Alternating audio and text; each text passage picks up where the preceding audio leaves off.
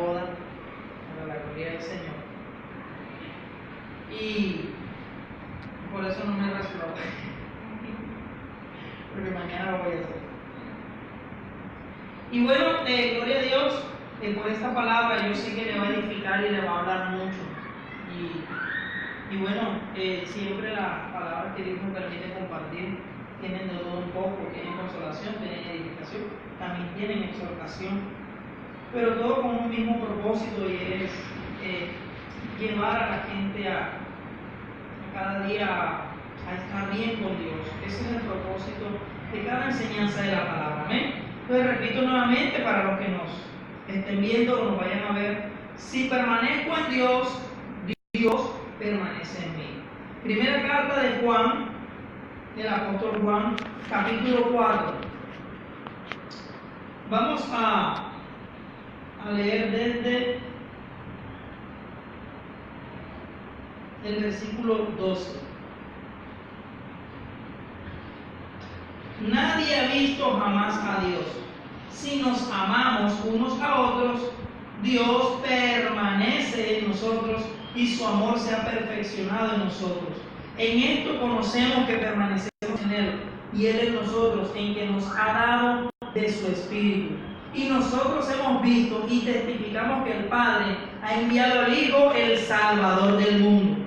Todo aquel que confiese que Jesús es el Hijo de Dios, permanece en Él y Él en Dios. Amén. Dios permanece en Él y Él en Dios. Y nosotros hemos conocido y creído el amor que Dios tiene para nosotros. Dios es amor, y el que permanece en amor permanece en Dios y Dios en Él. En esto se ha perfeccionado el amor en nosotros, para que tengamos confianza en el día del juicio, pues como Él es, así somos nosotros en este mundo. Amén y amén. Gloria a Dios. Como les decía, hoy vamos a aprender eso, ¿verdad? Hoy vamos a saber la importancia de la palabra permanecer. Amén. Amén. Diga, permanecer. Permanecer. Amén. Que se oiga por la señal en vivo. Permanecer. Permanecer. Muy bien. El significado de la palabra permanecer viene del latín permanere, que significa estar en un mismo sitio todo el tiempo. Y se compone por el prefijo per, que quiere decir por completo, y el verbo manere, que quiere decir quedarse, o sea, quedarse por completo. Esto se refiere a mantenerse, conservar y persistir sin ningún cambio o alteración en un mismo sitio o condición o estado. Amén. ¿Se entendió? Permanecer, ¿verdad? Significa estar en un mismo sitio, en una misma condición o en un mismo estado. Nosotros no podemos ser cambiantes. Nosotros tenemos que ser constantes. Y la Biblia lo dice. Constantes en la oración, por ejemplo. Primera de Corintios 15:58, algo que nos enseñó el pastor que nos formó a nosotros, Emil, y él nos enseñó esa cita que dice: así que, amados hermanos míos, o amados, estad firmes y constantes, creciendo siempre en la obra del Señor, sabiendo que vuestro trabajo en el Señor no es en vano. Entonces aquí vemos la importancia de permanecer, ¿ok? Usted tiene que permanecer, mantenerse igual. No que hoy está así y mañana está asado. Y esa es una de las debilidades que parte del pueblo de Dios maneja: el no permanecer. Por ejemplo, congregándose es una manera de permanecer, pero eso lo vamos a aprender más adelante. Pero la importancia de permanecer. Ahora vamos a aprender lo que es permanecer en Dios, porque permanecer en Dios ya es otra cosa distinta, y permanecer en Dios ya involucra no solamente el congregarnos, sino involucra vivir una vida que refleje a Dios más que a nosotros. Eso es lo más importante. Amén. Amén. Y vamos a aprender 4 cosas que debemos hacer para permanecer en Dios y Él en nosotros. Y están aquí. Si usted va y lee el versículo 12 con el que iniciamos, dice: nadie ha visto jamás a Dios. Si nos amamos unos a otros, Dios permanece en nosotros y su amor se ha perfeccionado en nosotros. Entonces la primera es amarnos los unos a los otros. Amén. Yo no puedo amar al uno y al otro no. Me toca a mí como pastor mucho más. Como pastor, cuando alguien nos falla o nos hiere, entonces nosotros ahí sí nos toca ya no darle lugar a el enojo, el resentimiento, el dolor o la ofensa. Toca pasar por alto la ofensa. Difícil, sí, pero ya uno sabe que no le puede dar lugar al enemigo, porque la persona que alberga una ofensa, que alberga una herida y que la guarda en su corazón, entonces eso te afecta y te quita derechos con Dios. Y en términos espirituales, cuando vas a orar, tu oración no puede ser oída, porque Jesús dijo que cuando oremos debemos perdonar. Porque si nosotros no perdonamos, nuestro Padre que está en los cielos no nos perdonará a nosotros. Amén. Y qué feo que es no sentir la presencia de Dios o no sentir esa comunión con Dios. Porque lo importante de todo esto es la comunión. En la carta del apóstol Juan, en el capítulo 1, dice la palabra de Dios que el que dice que está en luz y aborrece a su hermano, aún está en tinieblas. Y aborrecer no es odiar. Yo antes pensaba que aborrecer era odiar, hasta que el Señor me enseñó que aborrecer significa amar menos.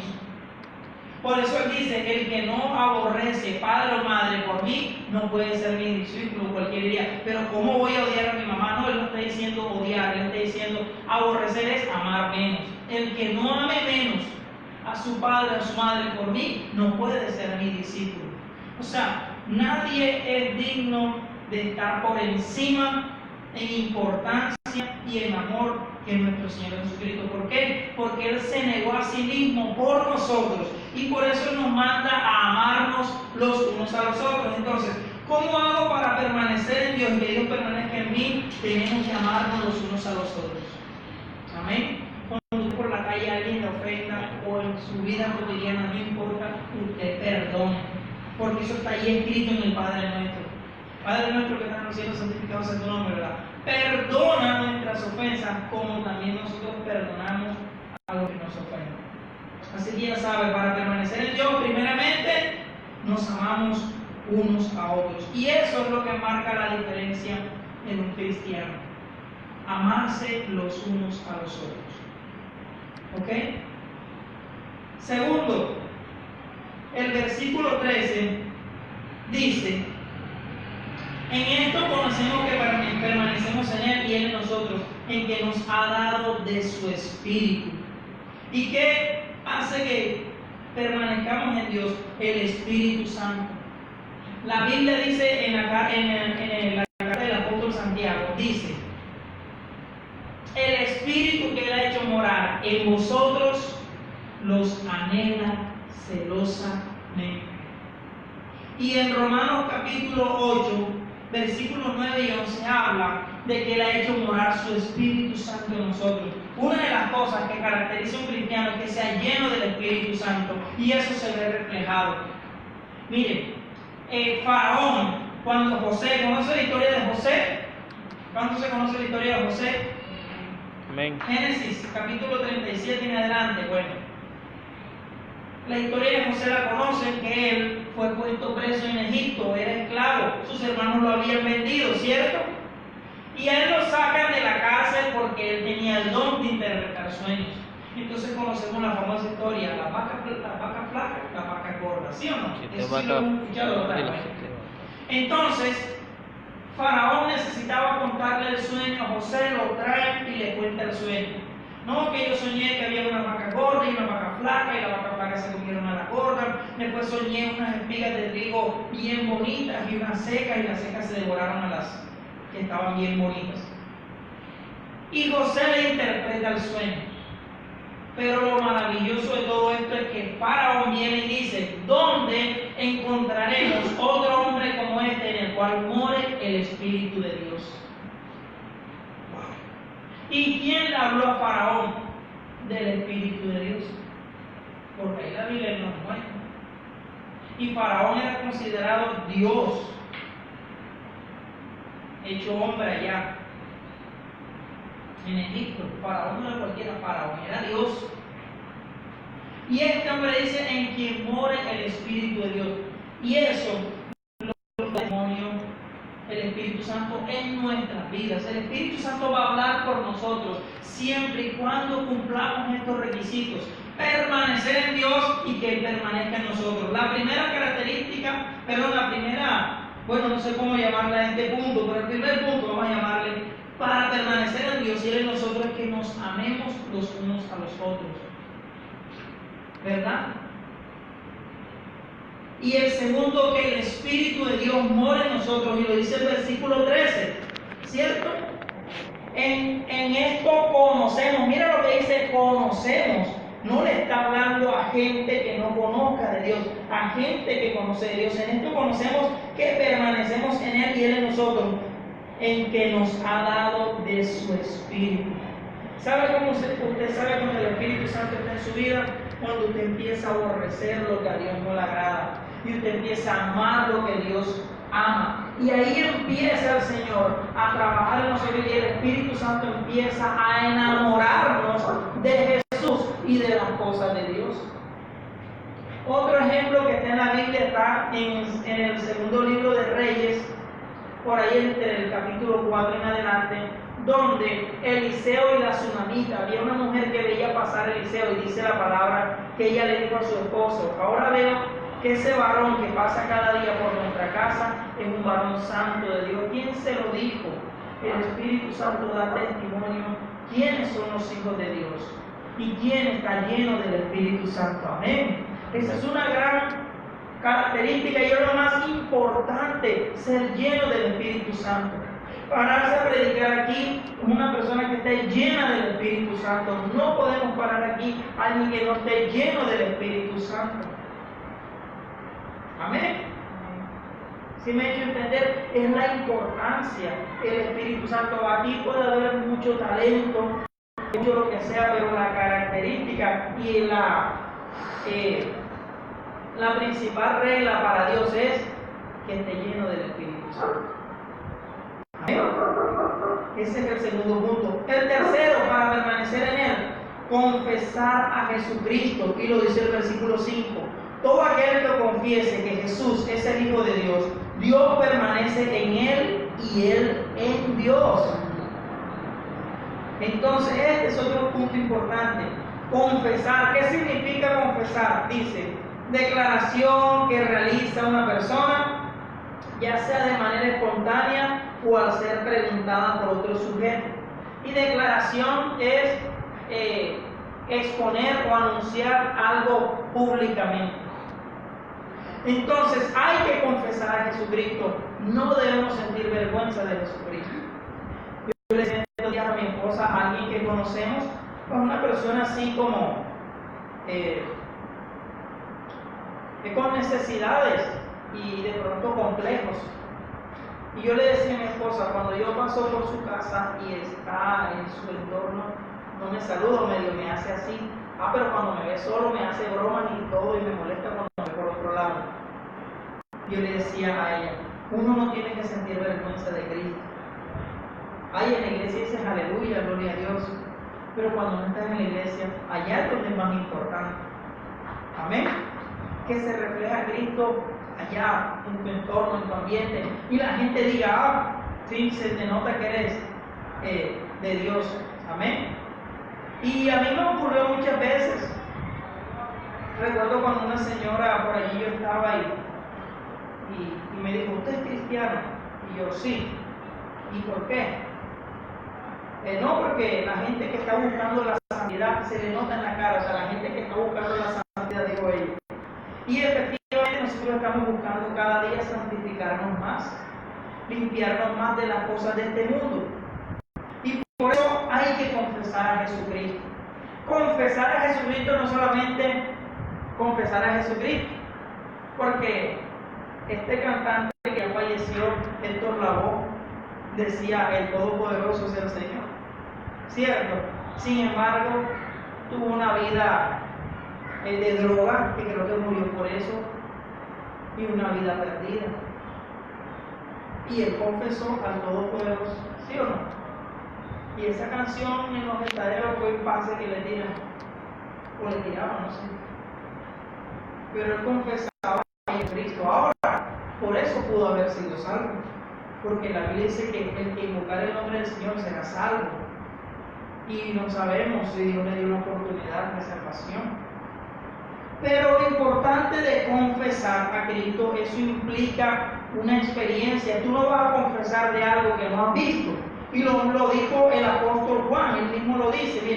Miren, en el versículo 1 del capítulo 1 de la primera carta de Juan dice: lo que era desde el principio, lo que hemos oído, lo que hemos visto con nuestros ojos, lo que hemos contemplado y palparon nuestras manos tocante al verbo de vida, porque la vida fue manifiesta y la hemos visto y testificamos y os anunciamos la vida eterna, la cual estaba con el Padre y se nos manifestó. ¿De quién está hablando? De Jesucristo.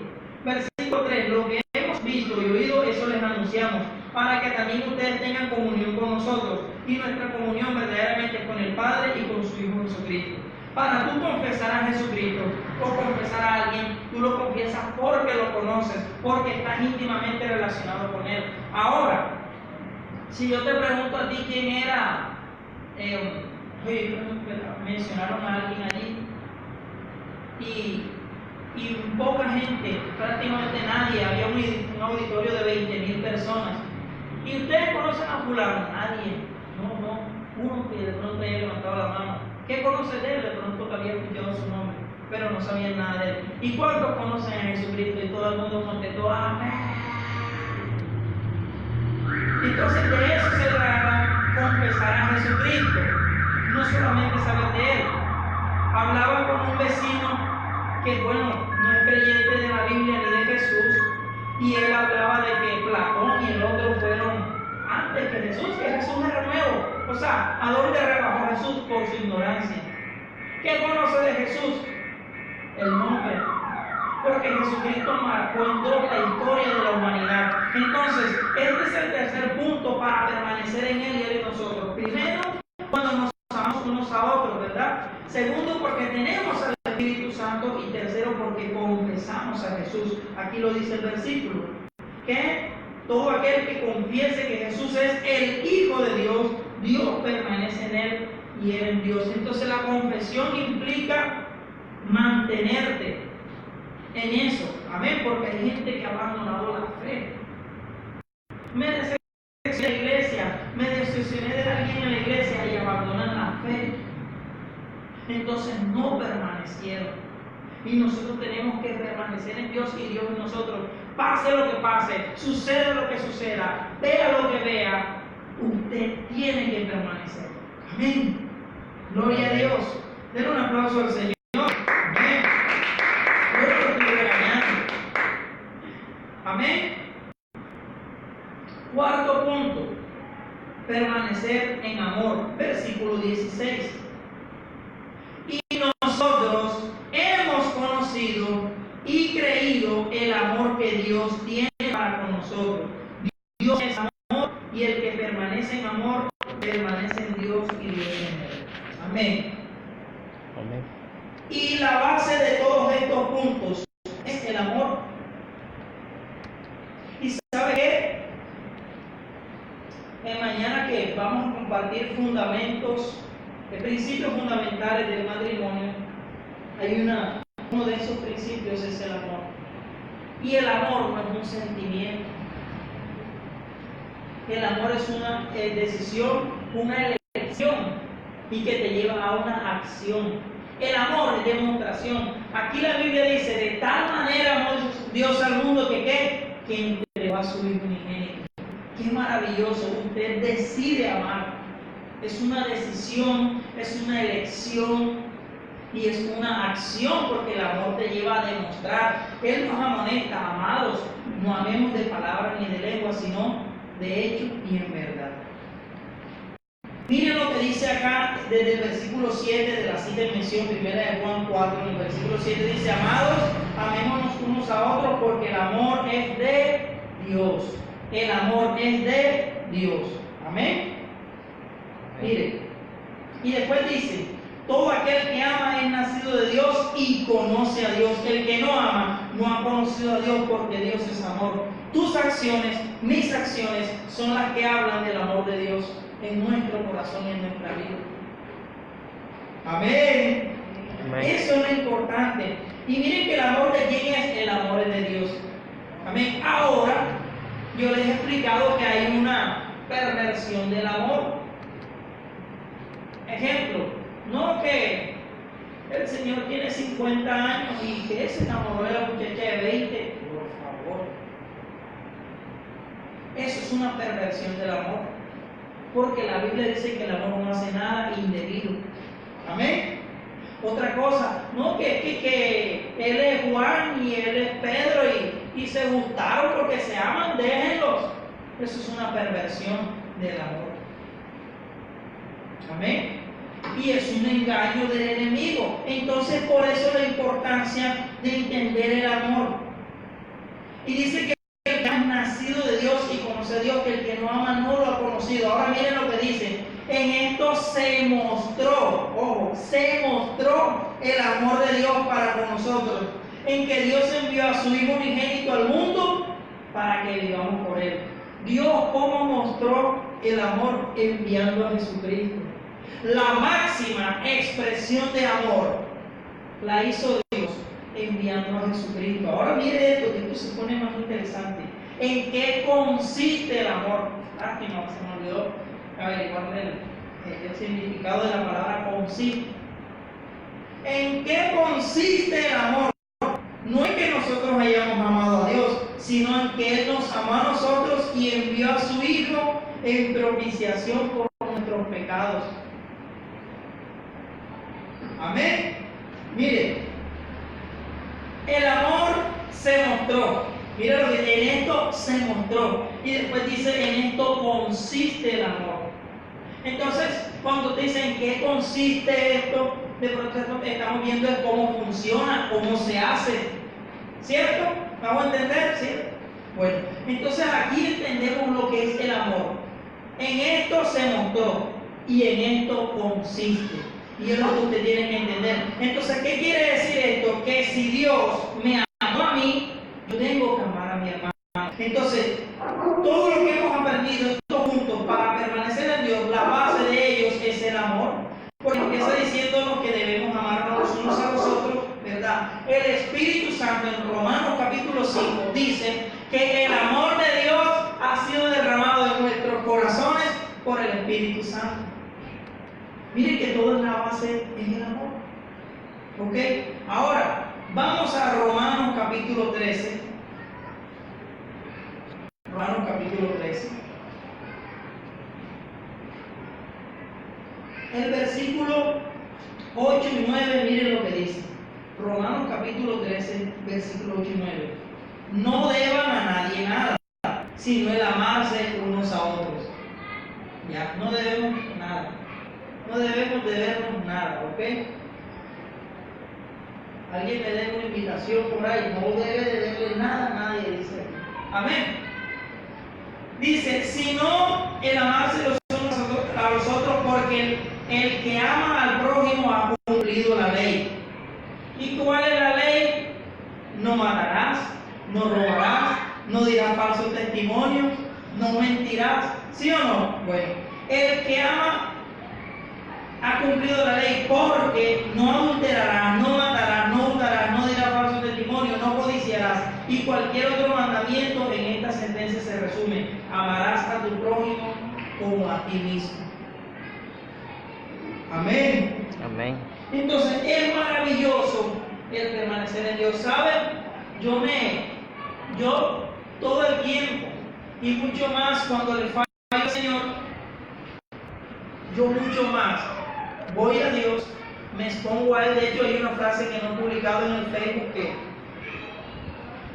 que iba a colocar. Yo todos los días me pongo a la luz de Dios, antes de empezar el día para vivir el resto del día sin ningún pecado oculto. Amén. Entonces, ¿cómo así? Bueno, yo en estos días me puse a meditar. Bueno, Señor, yo quiero saber si yo he permanecido en ti y tú permaneces en mí. Y empezamos él y yo ahí a través de la palabra a conversar, y él me va hablando y yo voy meditando, y entonces me examino, porque uno tiene que examinarse. ¿Por qué? La Biblia dice que el día que Él venga, cuando Él se manifieste, dice: no vengamos nosotros a salir huyendo de Él avergonzados. ¿Ya? Es como, por ejemplo, un día yo me coloqué un aretico aquí en mi juventud, ¿no? Hace mucho. Y mi mamá me dijo: no me vengas a ver la cara hasta que no te quites ese arete.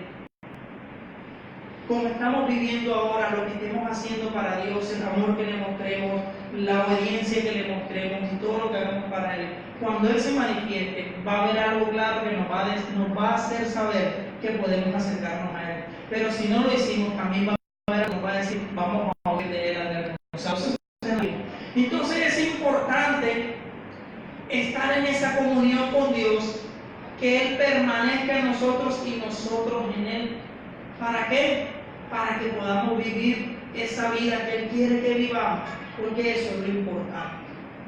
Cada día concientizarnos de lo bueno y de lo malo, pedirle al Señor, ¿sabe? Hoy día el mundo le llama a lo bueno malo y a lo malo bueno. Hoy día ustedes saben muy bien que quieren condicionar ahora a que los niños elijan si quieren ser niños o niñas, o quieren ser varón o hembra, y eso es absurdo. Y yo en estos días estaba metido en algo que de encuesta por internet, y me llama la atención, porque entonces cuando tú estás registrando tus datos, que te sale género masculino o femenino, y ahora me sale escoge la imagen con la que te identificas. O sea, ¿cómo esta ideología ya se mete en toda parte, que ahora hasta para hacerte una pregunta viene y usa, porque me va a preguntar: escoge el género con el que te identificas? ¿Ah? Y hay una carita de un masculino y un femenino, pero ¿por qué me tiene que preguntar escoge el género con el que te identificas? ¿Qué es lo que le pasa? Amén. Así está este mundo, y por eso nosotros tenemos que permanecer en Dios. Miren, en estos tiempos es cuando más gente puede llegar a ser confundida. En estos tiempos la maldad está tan que ya la gente no quiere. Si tú le dices: es que la Biblia dice, ya vienes tú con la palabra, porque este libro es el que tiene un argumento. Amén. Aunque yo no soy de eso, ni cuestiono, ni juzgo, ni digo, ya ni ataco a ninguna persona, mucho menos ahora con todo lo que es malo, que tú me atacaste, que tú me dijiste. Pero si a mí me preguntan: ¿con qué derecho tú dices eso? Tengo de dónde sacar el argumento, ¿cierto? Porque si tú dices: no, es que yo vi, Dios me guarda, me cubro con la sangre y todo, al pastor mal parqueado por el centro, yo demuéstrame, tú me lo tienes que demostrar. Amén. Entonces, hay un argumento con el cual podemos defender. Nosotros tenemos que defender estos derechos. Por eso hay un partido político allá en el Congreso, en el Senado, que le tiene la mala, perdónenme la expresión, porque está defendiendo los valores y los derechos de la familia. Una voz allá que nos defienda. Porque si no, toman decisiones y establecen leyes contra las cuales después no vamos a poder. Amén. Pero hay una ley por la cual ellos no les podrán pasar por encima nunca. Pero ¿cuántos estamos dispuestos a pelear por ella? Amén. Porque es fácil decir: Dios, yo te amo, pero cuando nos confronten a demostrarle que le amamos, por ejemplo, si tú dices que Jesucristo, porque lo ocurrido es el Señor, te matamos, bendiciones, te matamos. Pero si lo niegas, vas a salvar tu vida. Eso ocurre por allá en aquellos países donde no buscan de Jesucristo. Amén. Entonces termino con esto. Iglesia, permanece en Dios. Y realmente les digo y animo no solamente a los que están aquí, a los que nos estén viendo, a la iglesia de Cristo en general, permanezcan. Y es importante mantenerse congregándonos.